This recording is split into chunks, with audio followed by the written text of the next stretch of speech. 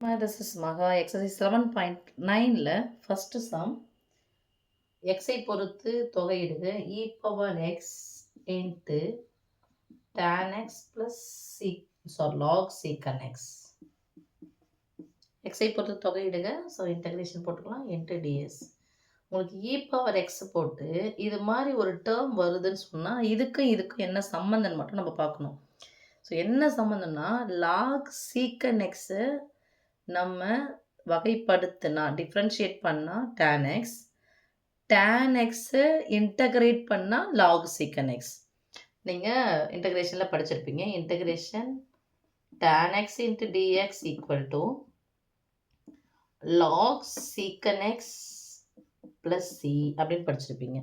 அப்போது இதை இன்டகிரேட் பண்ணால் இது கிடைக்கும், இதை டிஃப்ரென்ஷியேட் பண்ணால் இது கிடைக்கும்.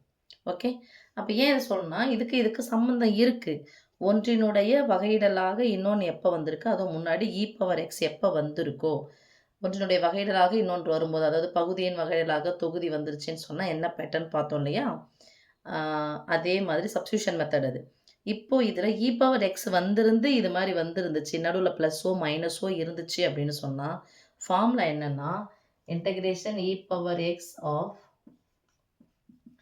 f of x plus f dash of x into dx equal to e power of x into f of x plus c.